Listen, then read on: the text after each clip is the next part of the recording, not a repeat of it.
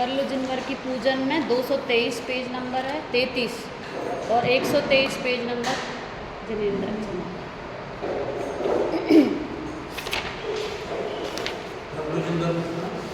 233।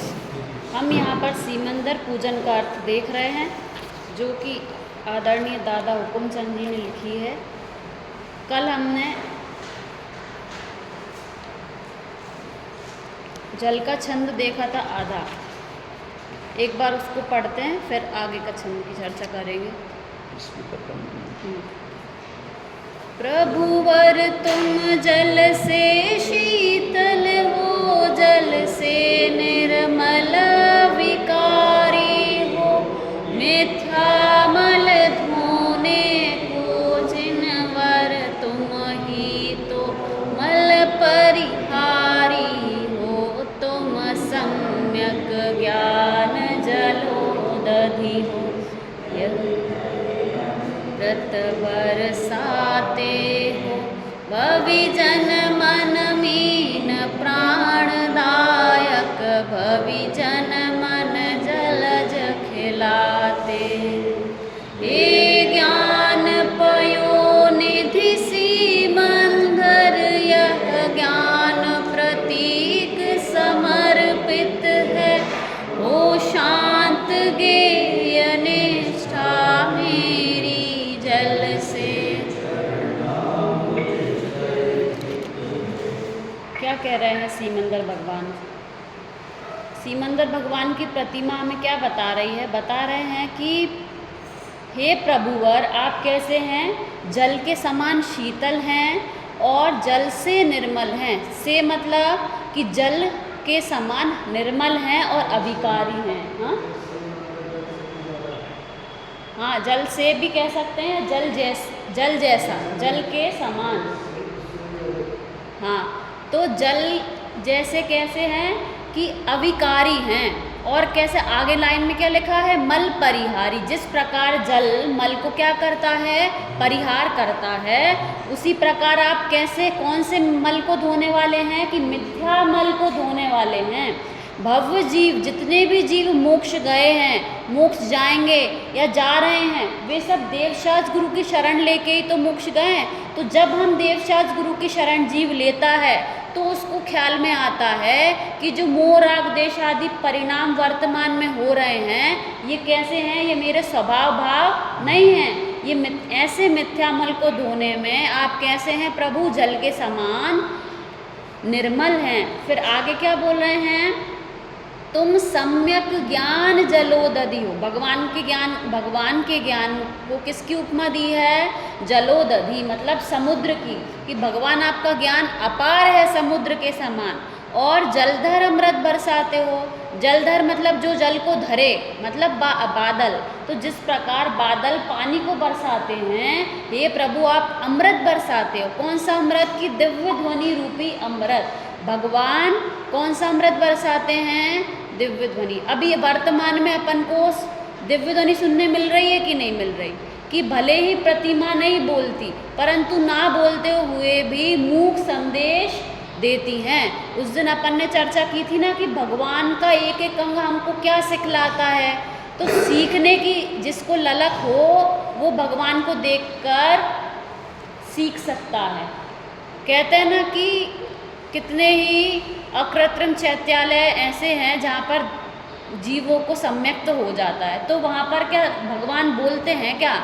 कि नहीं, जिस जीव की योग्यता होती है, जो जीव भगवान को देख के समझना चाहता है, वो अपने मिथ्यामल को भगवान को देख के धो लेता है। आगे क्या कह रहे हैं? भविजन। भविजन मतलब भव्य जन, मन मीन प्राणदायक। मीन मतलब होता है मछली। तो भव्य जीव जिस प्रकार मछली पानी के बिना नहीं रहती, उसी प्रकार भव्य जीव के मन को प्राणदायक कौन है? हे सीमंदर भगवान आप वैसे प्राणदायक हैं। भव्य जीवों को जिस प्रकार मछली पानी के बिना नहीं रह सकती, भव्य जीव भी भगवान के देव दर्शन के बिना, भगवान की दिव्य ध्वनि के विचार किए बिना नहीं रहते। आगे क्या लिखा? भविजन मन जलज खिलाते हो। जलज मतलब कमल। जिस प्रकार कमल पानी में खिलता रहता है ना, उसी प्रकार भव्य जीवों के मन को खिलाने वाले कौन हो? हे प्रभु आप हो। हे ज्ञान पयोनिधि, पयोनिधि मतलब समुद्र, हे ज्ञान पयोनिधि सीमंदर, सीमंदर भगवान को क्या कह रहे हैं कि हे भगवान आपका ज्ञान कैसा है? अपार ज्ञान है और यह ज्ञान प्रतीक समर्पित है। जो जल है, जैसे अभी सभी चीज़ों में जल जल के बारे में बात कर रहे हैं ना, तो जल को किसकी उपमा दी है? जैसे जल स्वच्छ होता है, निर्मल होता है, ऐसे ज्ञान कैसा है? स्वच्छ है, निर्मल है। तो इसी प्रकार ये जो जल है ना मैं लाया हूँ, ये किसका प्रतीक है? ज्ञान का प्रतीक है। इसलिए मैं ज्ञान प्रतीक क्या करने आया हूँ? आपके समक्ष समर्पित करने आया हूँ। फिर क्या बोल रहे हैं? हो शांत ज्ञेय निष्ठा मेरी। क्या कह रहे हैं आचार्य देव कि हे भव्य जीव, भले ही अभी अपन को अल्प ज्ञान है, मतिश्रुत ज्ञान है, परंतु उस मतिश्रुत ज्ञान में ऐसी ताकत है कि जब जीव बाहर से उपयोग को हटा के अपने में लगाता है तो वही मतिश्रुत ज्ञान किसको प्रकट कर लेता है? केवल ज्ञान को प्रकट कर लेता है। तो तुझे बाहर में ये जान लूँ, ये जान लूँ, ये जान लूँ, ऐसे विकल्प करने की आवश्यकता नहीं है। क्या लिख रहे हैं? हो शांत ज्ञेय निष्ठा मेरी।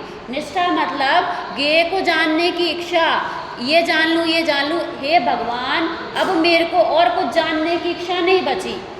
जो बाहर की चीज़ों को जानने की इच्छा रखते हैं उनका ज्ञान तो अल्प रह जाता है, परंतु जो अपने आप को जानने की इच्छा रखते हैं उनका ज्ञान ऐसा विकसित होता है कि तीनों लोक के समस्त पदार्थ एक साथ प्रत्यक्ष उनके ज्ञान में झलकते हैं। भगवान सिद्ध परमात्मा क्या एक एक वस्तु को जानने जाते हैं क्या?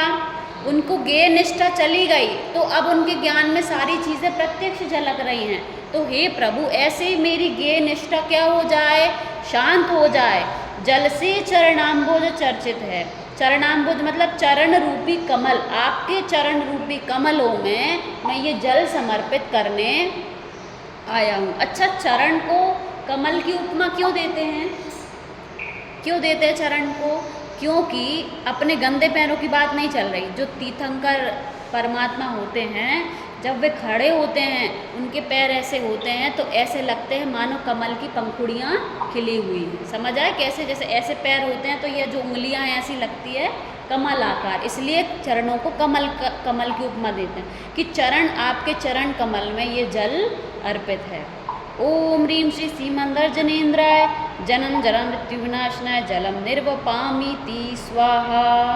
अब अपन आगे का पढ़ते हैं।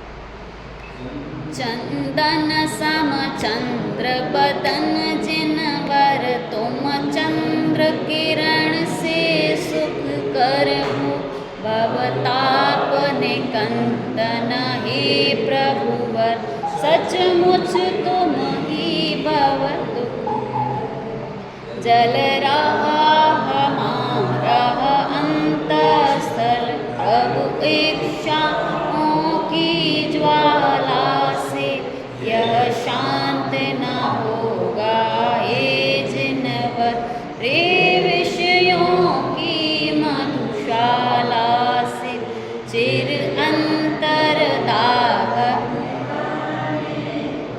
तुम ही मलया गिरि चंदन हो चंदन से चरचू चरणाम बहु तप हर्षत। क्या कह रहे हैं कि हे सीमंदर भगवान आपका वदन चंद्र बदन, आपका बदन कैसा है? चंदन के समान शीतल है और तुम चंद्र किरण से सुखकर हो। जिस प्रकार चंद्रमा की किरण शीतलता देती है उसी प्रकार आपको देख के कैसा महसूस होता है? उस चंद्र किरण के समान सुखकर लगता है। फिर क्या लिख रहे हैं आगे? भव ताप निकंदन, भव के ताप को निकंदन माने नाश करने वाले हो। किस प्रकार भगवान ने भव के ताप का नाश किया?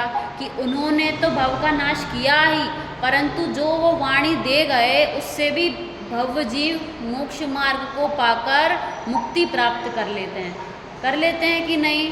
जो भी मोक्ष जा रहे हैं वे भगवान के मार्ग से, भगवान के बताए हुए मार्ग से ही तो जा रहे हैं ना।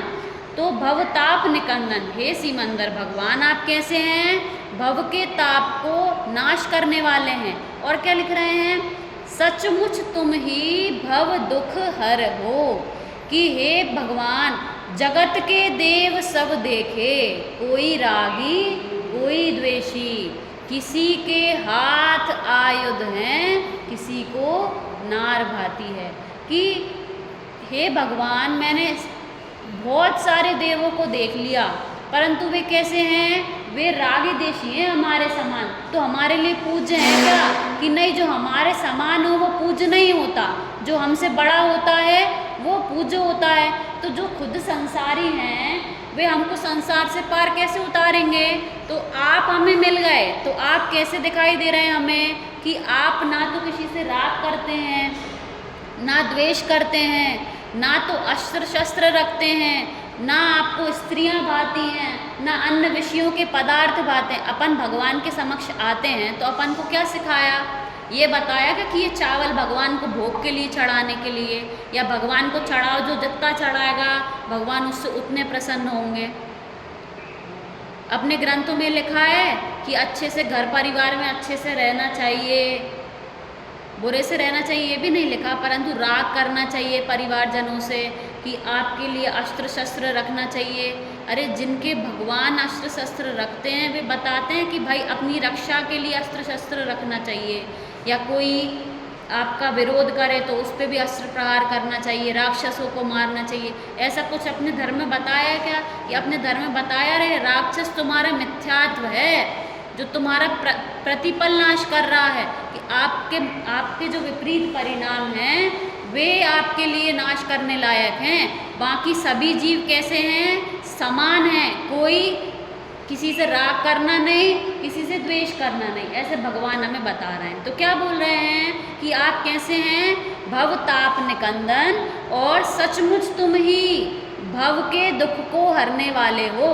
वर्तमान में मेरे भव के दुख को हरने के लिए मुझे कौन निमित्त दिखाई दे रहे हैं? कि व्यवहार से देवशास गुरु और निश्चय से उनके बताया हुआ शुद्धात्मा, ये ही हमको भव के दुख से नाश कराने वाला है। आगे क्या लिख रहे हैं? जल रहा हमारा अंतस्थल, प्रभु इच्छाओं की ज्वाला से। हे प्रभु, एक इच्छा की पूर्ति होती है और दूसरी इच्छा खड़ी हो जाती है। पहले सोचते थे कि घर हो जाए, ये हो जाए, ये हो जाए, ये हो जाए, सब कुछ हो गया, इसके बाद भी इच्छा शांत हुई क्या? कि इच्छा तो ऐसी है कि एक पूर्ति करो और अनंत इच्छाएं खड़ी हो जाएंगी। तो अब मैं इच्छाओं की पूर्ति में सुख नहीं मानता, अब मैं किस में सुख मानता हूँ? कि इच्छा के निरोध में सुख है। प्रभु को देख के क्या? कि भगवान हाथ पे हाथ रख के बैठे हैं, तो वो क्या बता रहे हैं? कि जगत के सब कुछ काम करके देख लिए, हमारे तीर्थंकर परमात्मा के पास कोई संपत्ति की कमी थी क्या? कि घरदार में से कोई उनसे विरोध करता था उनका? अरे किसी भी चीज़ की कमी नहीं थी उनके पास, परंतु वो छोड़ के क्यों चले गए? क्योंकि उसमें सुख नहीं था।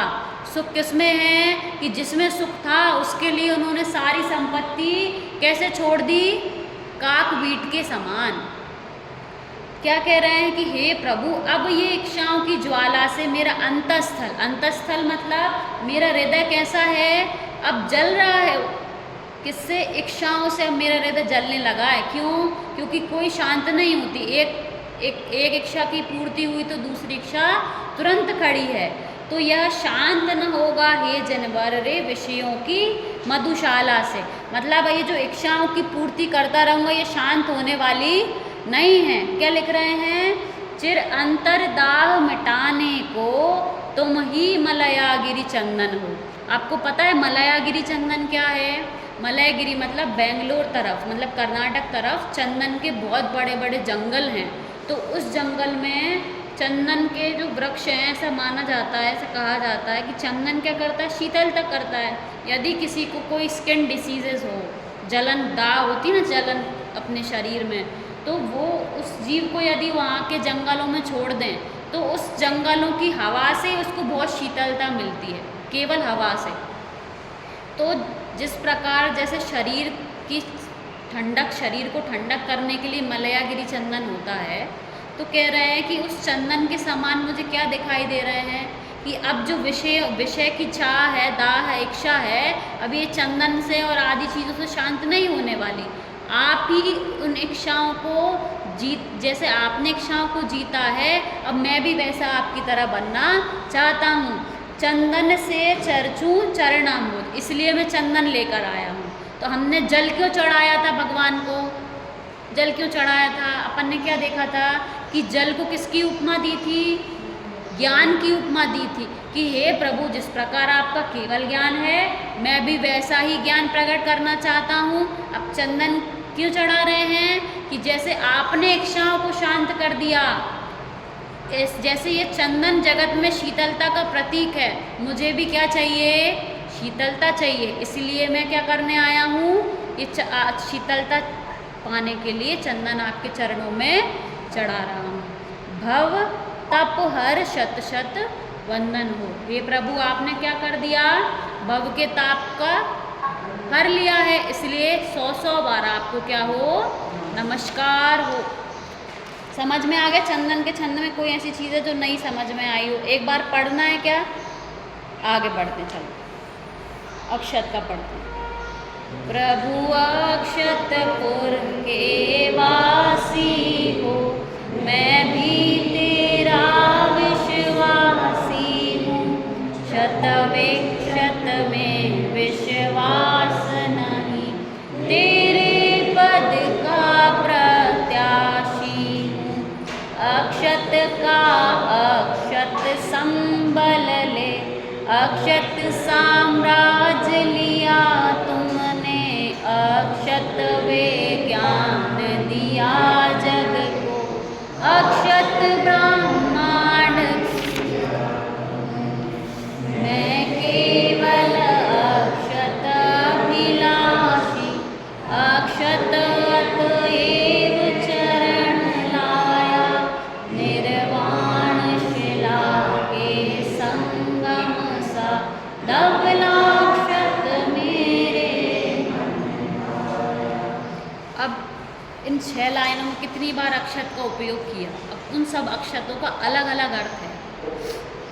क्या कह रहा है? जैसे जब हम कोई चीज़ लेने जाते हैं बाज़ार में, तो अच्छी कंपनी की चीज़ें होती है। जैसे किसी ने अपन को मोबाइल लेना है, ठीक है, तो दुकानदार कहता है कि ये मोबाइल की कोई गारंटी नहीं है, आप जीना भी उतर के जाओगे तो भी ख़राब हो सकता है, इसकी कोई गारंटी नहीं। और एक ये मोबाइल है, इसकी लाइफ टाइम गारंटी है, मतलब जब भी ख़राब होगा वापस करने आओगे तो हम वापस कर लेंगे। तो आप कौन सा वाला लेना पसंद करते हैं? कि जिसकी गारंटी हो। मतलब जगत में किसकी महिमा है? कि जो चीज़ जैसी की वैसी बनी रहे, जगत में उसकी महिमा है ना। अपन कोई भी चीज़ लेना चाहते हैं, जैसे घर में कोई बहू को लाता है, तो ऐसी बहू को कौन लाएगा? इसकी गारंटी नहीं 2 दिन बाद भाग जाएगी। ऐसी बहू लेकर आओगे या ऐसी बहू लेकर आओगे कि जो हमेशा आपके साथ रहे, ऐसी लाते ना। तो जगत में ऐसी चीज़ की महिमा है जो जैसी की वैसी रहे, परंतु हम अपने मन को टटोलें कि हम कैसा पद चाहते हैं या कैसा रहना चाहते हैं, कैसी चीज़ों की इच्छा हम कर रहे हैं कि जो एक टाइम बाद चली जाने वाली हैं। अपन विचार करें। अच्छा, मैं पूछती हूँ कि आप किस पद पर जाना चाहते हैं? तो कोई कहेगा कि भाई हम तो पीएम बनना चाहते हैं, प्रधानमंत्री, प्रेसिडेंट, ये बनना चाहते हैं। तो क्या वो हमेशा का पद है? विचार करें। अच्छा चलो 5 साल के लिए उनको कोई नहीं हटाएगा, तब रहना चाहते हो? अरे उस समय भी वहाँ पे निरंतर आकुल व्याकुल परिणाम है उन जीवों के। कहीं पर भीड़ में चले जाएं तो उनको अपनी जान की बहुत खतरा है। 2 लोगों के साथ, अनजान के साथ रह नहीं सकते, बैठ नहीं सकते। तो ऐसा पद हमें चाहिए क्या कि हम सास बनेंगे? अरे सास बनना है कितने समय के लिए? अरे ये जो पद हम चाह रहे हैं ना, वो कुछ समय के लिए है। हम विचार तो करें कि हम कहाँ रहना चाहते हैं। हम मनुष्य हैं, मनुष्य आप हमेशा बने रहेंगे क्या? विचार तो कर कि हम जिस पोजीशन पे अभी हैं वो हमेशा रहने वाली है क्या?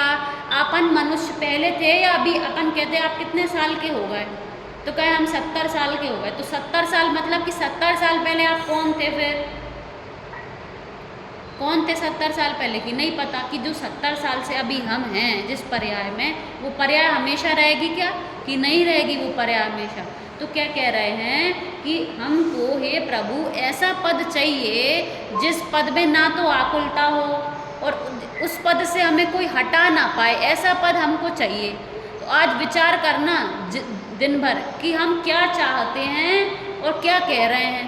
यहाँ पर तो हम क्या कहते हैं कि हमको अक्षत पद चाहिए, परंतु बाहर यहाँ से निकल के हम क्या सोचते हैं कि हम धनवान हो जाएं, हम ये हो जाएं, हमको इस पद में हमें अध्यक्ष बना दें, हमें ये बना दें, हमें ये बना दें। अरे वो सारे पद कुछ समय के लिए हैं, वो सब कैसे हैं, नश्वर हैं। तो हमको अक्षत पद सच्ची में चाहिए कि नहीं चाहिए। तो उस अक्षत पद का वो करते हैं कि अक्षत पद कैसा है कि प्रभु अक्षतपुर के वासी हो। यहाँ पे अक्षतपुर मतलब ऐसा पुर, ऐसी जगह जो कि अक्षत है, जिसका नाश नहीं होने वाला, मतलब सिद्धशिला। आप कौन से पुर के वासी हो, अक्षतपुर के वासी हो। मैं भी तेरा विश्वासी हूँ। मैं कैसा हूँ कि मैं भी उस अक्षत पद का विश्वास रखता हूँ कि जगत के सारे पद देख लिए, अब मुझे वहाँ सुख नहीं दिखाई देता।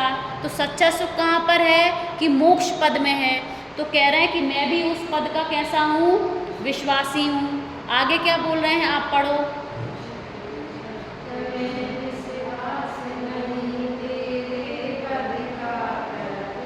आवाज़ नहीं आई मेरे को, सब लोग पढ़ें।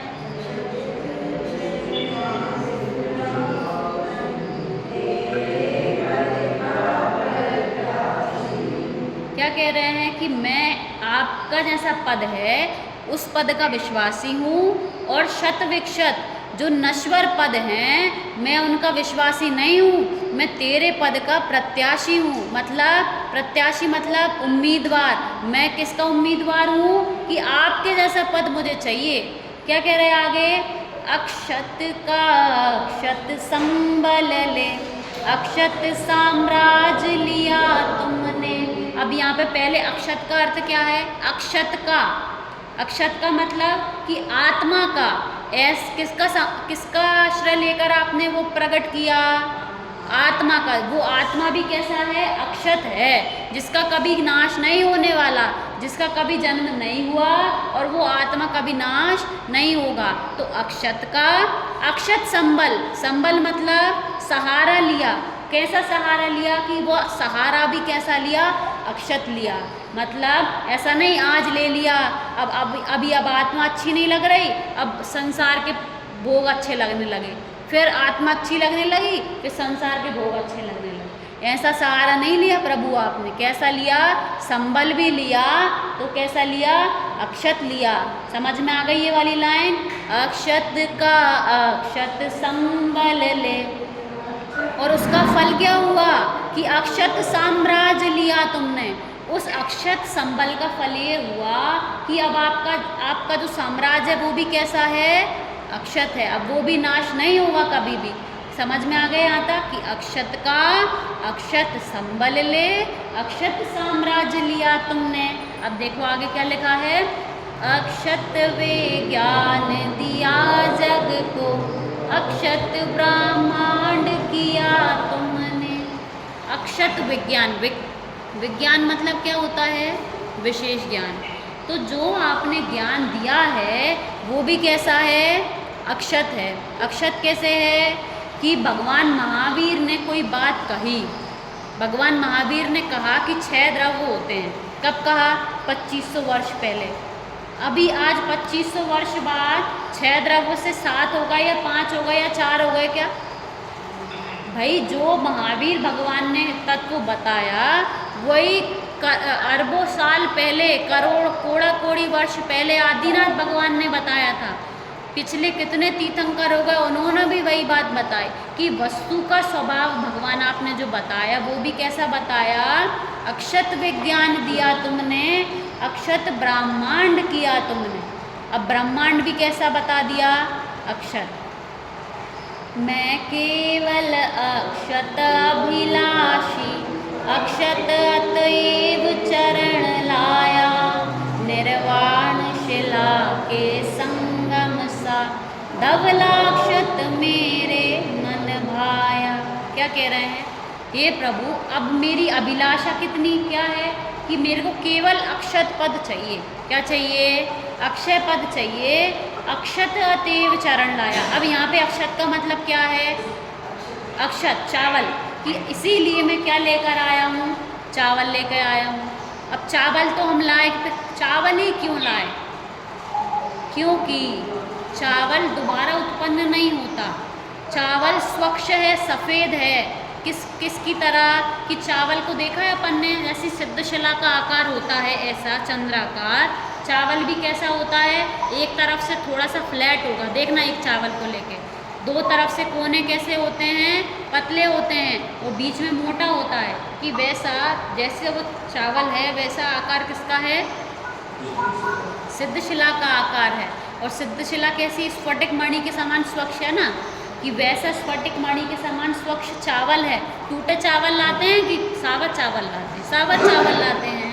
तो जो चावल मैं लाया हूँ वो निर्वाण शिला के संगम सा, किसके समान है? निर्वाण शिला के समान है। इसीलिए मैं धवलाक्षत मेरे मन भाया। इसीलिए जो धवल अक्षत है वो किसके मन भाया? मेरे मन भाया। हे प्रभु, जिस प्रकार आप अक्षतपुर के वासी हो तो मैं कैसा हूँ? मैं भी उसी अक्षतपुर का विश्वास रखता हूँ, क्योंकि मुझे अब संसार में सुख नहीं दिखाई देता। मुझे कैसा सुख चाहिए? जो सुख कैसा हो? अविनाशी सुख हो। इसीलिए मैं अक्षत लेके आया हूँ। वो अक्षत कैसा है? धवल है और निर्वाण शिला के समान है। तो हम भी वैसे ही निर्वाण की प्राप्ति करें, इसी मंगल भावना।